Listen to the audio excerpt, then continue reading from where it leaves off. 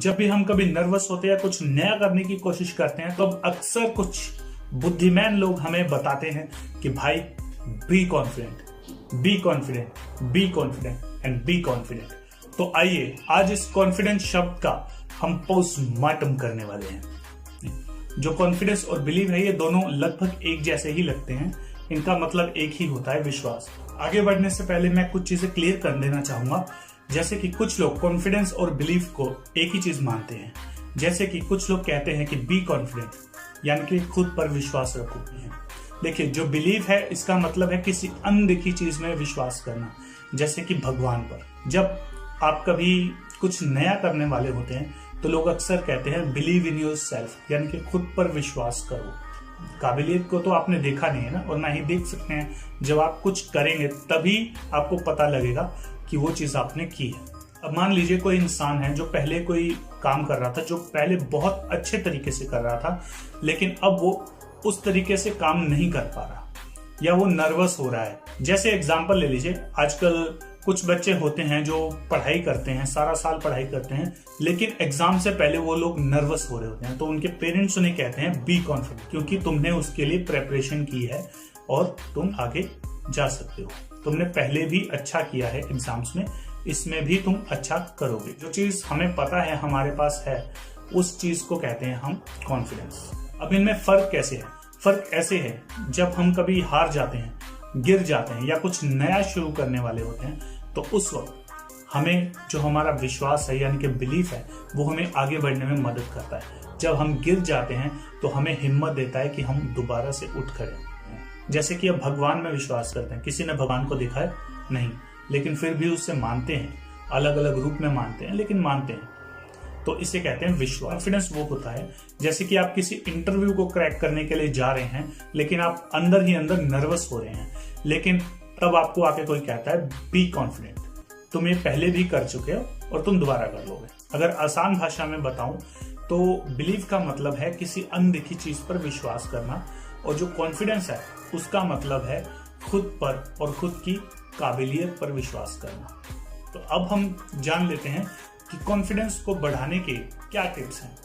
तो अब मेन बात आती है कि कॉन्फिडेंस अगर इतना ही जरूरी है तो इसे बढ़ाया कैसे जाए। तो इसके कई तरीके हैं।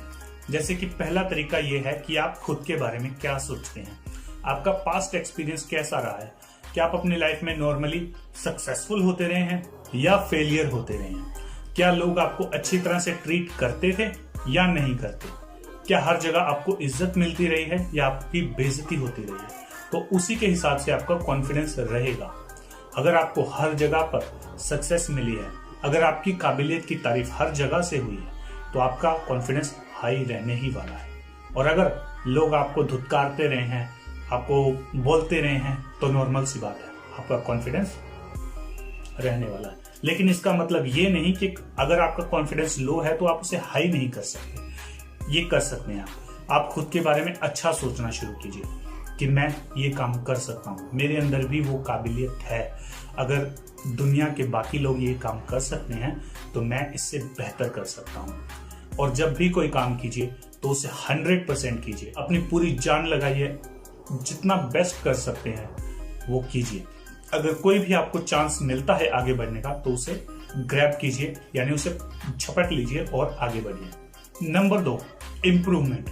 खुद को बेहतर बनाइए, अपनी कमियों को देखिए। अगर आपको अपने अंदर सिर्फ कमियां ही कमियां दिखती हैं तो अपनी कमियों को नोट कीजिए और धीरे धीरे करके उन पे काम करना शुरू कीजिए। अगर आपको पब्लिक स्पीकिंग में दिक्कत होती है तो आप स्टेज पर जाकर बात करने की कोशिश कीजिए, यानी कि अपनी हर एक कमियों को गौर कीजिए।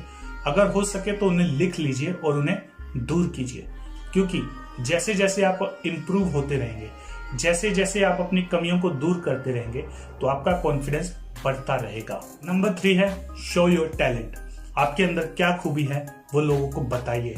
अगर हो सके तो उसे दिखाइए। अगर आप एक अच्छे डांसर हैं तो डांस करके दिखाइए जब भी आपको मौका मिले। अगर आप एक अच्छे सिंगर हैं तो गुनगुनाते रहिए, और अगर मौका मिले तो अच्छे गीत गाइए। टैलेंट का मतलब सिर्फ यही नहीं है कि आपको डांस करना आना चाहिए, या फिर आपको सिंगिंग आनी चाहिए, या फिर आपको एक्टिंग आनी चाहिए। ऐसा नहीं है। टैलेंट का मतलब ये है कि आपके अंदर क्या खूबी है, ऐसी वो क्या चीज है जो आपको दूसरों से अलग करती है। इस बात को जिस दिन आप जान गए उस दिन समझ लीजिए आप अपने टैलेंट को पहचान गए। नंबर 4 है सेल्फ रिस्पेक्ट। जी हाँ दोस्तों, अपनी खुद की इज्जत करना सीखिए। अगर आप खुद की इज्जत नहीं करेंगे तो कौन आपकी इज्जत करने वाला है? कोई भी नहीं। अगर किसी चीज की कोई शुरुआत होती है तो आपके खुद से होती है। तो सबसे पहले आप अपनी इज्जत कीजिए, तभी कोई दूसरा आपकी इज्जत करेगा। और नंबर 5 है स्टैंड लेना शुरू कीजिए। खुद के लिए स्टैंड लेना शुरू कीजिए। अगर मान लीजिए कोई आपके साथ गलत करता है, कुछ आपके साथ बुरा बिहेव करता है, तो आपको भी उसे जवाब देना जरूरी है। मैं आपको 2 एग्जांपल देता हूँ। सबसे पहले आपने महाभारत तो देखी होगी, उसमें शिशुपाल का एक एग्जांपल आता है, जो कि भगवान श्री कृष्ण ने उसकी शिशुपाल की माँ को वादा किया था कि वो उसकी 100 गलतियां माफ करेंगे। शिशुपाल क्या कर रहा था? भगवान श्री कृष्ण को बुरा भला कह रहा था, उन्हें गंदी गंदी गालियां दे रहा था, लेकिन भगवान श्री कृष्ण ने उसकी 100 गलतियों को माफ किया। लेकिन जैसे ही उसने 101 बुरा शब्द उन्हें कहा, उन्होंने अपना सुदर्शन चक्र निकाला और उसकी गर्दन उड़ा दी। ऐसा नहीं था कि शिशुपाल ही उनका सबसे बड़ा दुश्मन था। जैसे ही उन्होंने उसकी गर्दन उड़ाई, उनके बाकी दुश्मन भी डर गए और किसी की हिम्मत नहीं हुई कि उन्हें कुछ बोल कर दिखाए। मैं ये नहीं कह रहा हूं कि अगर आपको कोई कुछ बोले तो आप उसकी गर्दन उड़ा लो।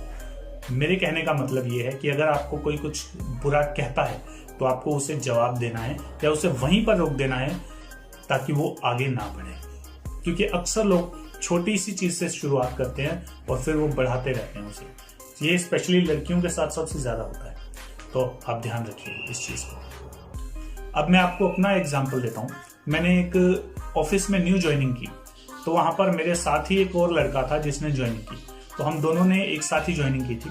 तो वो कुछ लड़कों के साथ बैठा क्योंकि वो बहुत कूल डूड दिख रहे थे, वो हंसी मजाक कर रहे थे और एक दूसरे का मजाक भी उड़ा रहे थे और देखने में वो काफी अट्रैक्टिव भी लग रहे थे। तो वो उनके साथ जाके बैठा, तो उन्होंने उससे मजाक किया। उसने कुछ अपने फैमिली के बारे में बताया, उसने ये भी बताया कि उसकी शादी हो चुकी है। धीरे धीरे वो लोग उससे मजाक करने लगे।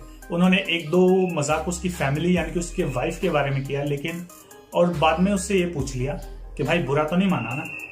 तो वो कहता नहीं। इसका मतलब ये था कि वो लाइसेंस उनको मिल गया और धीरे धीरे करते करते उनका मजाक इतना ज्यादा बढ़ गया था कि उसे उनसे लड़ाई करनी पड़ी। और वही लोगों ने जब मुझसे बात की, जब उन्होंने मुझसे कहा कि भाई एक बात कहूं, बुरा तो नहीं मानेगा, तो मैंने ये कहा डिपेंड करता है तुम्हारी बात पर। अगर बुरा मानने वाली हुई तो मैं मान भी सकता हूं। उसके बाद उन्होंने ऐसी कोई बात करने की कोशिश भी नहीं की मुझसे।